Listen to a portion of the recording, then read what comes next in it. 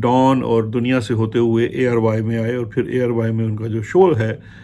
وہ پاکستان کا سب سے جاندار انویسٹیگیٹو شو بنا۔ بہت ساری سٹوریز کی ارشد نے کرپشن کے اوپر، میرا بھی سبجیکٹ تھا، میرا بیک گراؤنڈ تھا، کافی ہمارا ساتھ رہا، اکثر میں ان کے شوز پہ جاتا تھا، لیکن شو سے زیادہ ہماری جو پرسنل دوستی ہوتی ہے وہ زیادہ تھی۔ ارشد ایک انتہائی نفیس انسان تھا۔ ارشد کے جو سب سے بڑی عادت جو مجھے امپریس کرتی تھی کہ وہ بہت ہی دوست پرست انسان تھا، اور دوست پرست ہونے کے ساتھ ساتھ وہ اپنے ساتھ رہنے والے لوگوں کا بہت زیادہ حد تک خیال رکھتا تھا۔ جو چیز مجھے سب سے زیادہ ارشد کی امپریس کرتی تھی کہ جب میں ایک عام کامنٹیٹر کے طور پہ ان کے شو پہ جاتا تھا یا وزیر کے طور پہ ان کے شو پہ جاتا تھا، تو اکثر شو کے بعد ہم کھانے کے لیے اکٹھے جایا کرتے تھے، اور وہ لیٹ نائٹ ان کا شو ہوتا تھا، 11 بجے جانا لاہور کے کسی ایٹری میں، لیکن تواتر کے ساتھ ارشد ہمیشہ اپنی پوری ٹیم کو ساتھ لے کے جاتے تھے۔ ان کی ٹیم میں جتنے لوگ تھے ان کو انہوں نے انوائٹ کرنا، اور Arshad most of the time I think ہمیشہ ارشد ہی پے کرتا تھا۔ میں جب کوشش بھی کرتا تھا تو وہ مجھے پے نہیں کرنے دیتا تھا، لیکن ارشد کی جو اچھی بات تھی، جو اس سے بھی بڑی بات تھی، کہ میں اس چیز کا خود گواہ ہوں کہ ارشد کی جب بھی سیلری، کیونکہ آپ جانتے ہیں جب عروج تھا پاکستان میں میڈیا کا، ٹی وی کا،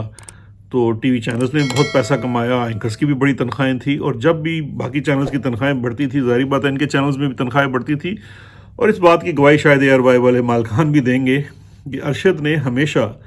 جب بھی اس طرح کا پیکج بڑھانے کا دور چلا تو ارشد نے ہمیشہ اپنی ٹیم کا پیکج بڑھوایا، اپنی جو یعنی کہ ان کو جو انکریمنٹ یا بونس یا جو بھی ان کی تنخواہ میں بڑھوتی ہوتی تھی وہ اس کو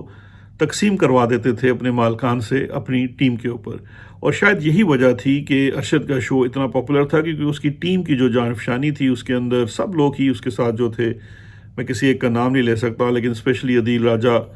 جو اس کا پروڈیوسر تھے، اور عثمان، باقی سب لڑکے لڑکیاں جو بھی ان کے ساتھ ہوتے تھے، کافی زیادہ جو دل لگا کے کام کرنے کی وجہ شاید ارشد کی پرسنالٹی تھی۔ لیکن جو افسوس کی بات یہ ہے کہ کینیا جیسے ملک میں تو عدالت میں کیس لگ گیا ارشد شریف کا، جو ان کی اہلیہ اس کو وہاں پہ لے کر گئی، اور وہاں کی عدالت نے بھی اس کیس کو بلکہ جو پولیس کی انویسٹیگیشن تھی اس کو ناکافی قرار دیتے ہوئے ریجیکٹ کر دیا۔ لیکن پاکستان میں جس ملک کا وہ شہری تھا، وہاں بہت افسوس کے ساتھ کہنا پڑتا ہے کہ کیس ٹیک اپ تو ہو گیا، لیکن قاضی فیض عیسیٰ کے 1.5 سال 14-16 مہینے کی جو ان کی مدت تھی، اس میں انہوں نے یہ کیس لگنے نہیں دیا۔ قاضی فیض عیسیٰ نے ایک طرف بھٹو صاحب کے مقدمے کا قتل کا فیصلہ تو کر دیا، لیکن اپنے 14-15 ماہ کی جو چیف جسٹسی ہے، یہ جتنے عرصے کی بھی ہے، مجھے تو بھول گیا ہے کہ یہ سیاہ دور جو ختم ہو رہا ہے 2 دنوں میں، اس میں ارشد شریف کا قتل نہیں لگنے دیا گیا۔ اس چیز کا استفسار ان کے سامنے بارہا ان کے بڑے پرانے قدردان متی اللہ جان اور اسد طور وغیرہ نے بارہا کیا، لیکن قاضی فیض عیسیٰ نے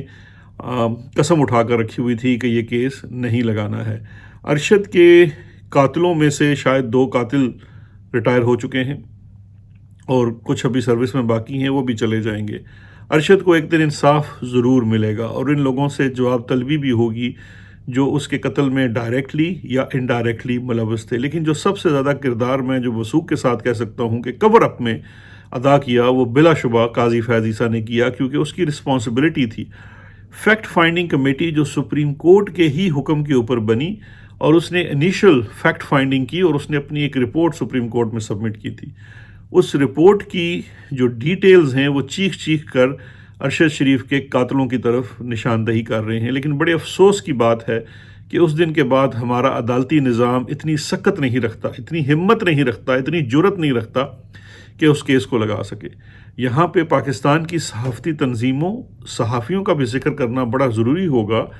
جنہوں نے پچھلے 2 سالوں میں ویسے ٹسوے تو بڑے کہتے ہیں نا بہائے، کچھ لوگوں نے ارشد کے نام کے اوپر بڑے ویوز بھی لیے، سب کچھ کیا، لیکن افسوس کے ساتھ کہنا پڑتا ہے کہ ماں سوائے چند 2-4 ناموں کے جنہوں نے یہ ایشو بار بار ریز کیا، اور جس میں ایک کریڈٹ میں حامد میر کو ضرور دوں گا،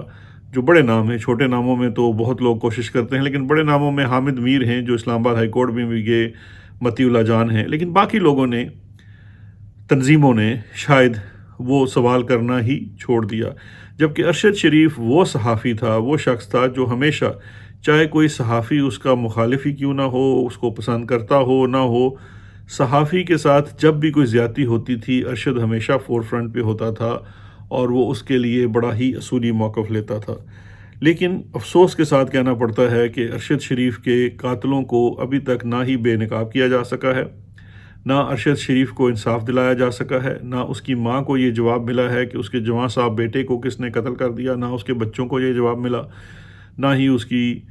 فیملی کو اس بات کا جواب ملا کہ ارشد کے قاتل کون ہیں اور اس کو کیوں بلا وجہ قتل کیا گیا۔ اگر اس کو آپ ویسے دیکھیں تو ہمیں صاف نظر آتا ہے کہ ارشد کا پاکستان میں رہنا، پاکستان کے نیوز چینل کے اوپر بیٹھنا، بولنا کن لوگوں کو کھٹکتا تھا، اور پھر ارشد کو دبئی سے نکلوانے والے لوگ کون تھے۔ وقت آئے گا ایک دن انشاءاللہ جب ارشد کے قاتلوں کا جو چہرہ ہے وہ بے نقاب ہوگا پورے ملک اور قوم کے سامنے، لیکن اس وقت تک یہ قرض پاکستان کے اوپر اور پاکستان میں تمام طاقت رکھنے والے، اختیار رکھنے والے لوگوں کے اوپر رہے گا کہ ہم نے ارشد شریف کو اور اس کی فیملی کو انصاف نہیں دیا۔ اپنا بہت خیال رکھیے گا، انشاءاللہ مزید تجزیات اور خبروں کے ساتھ حاضر ہوں گے۔ شکریہ، خدا حافظ۔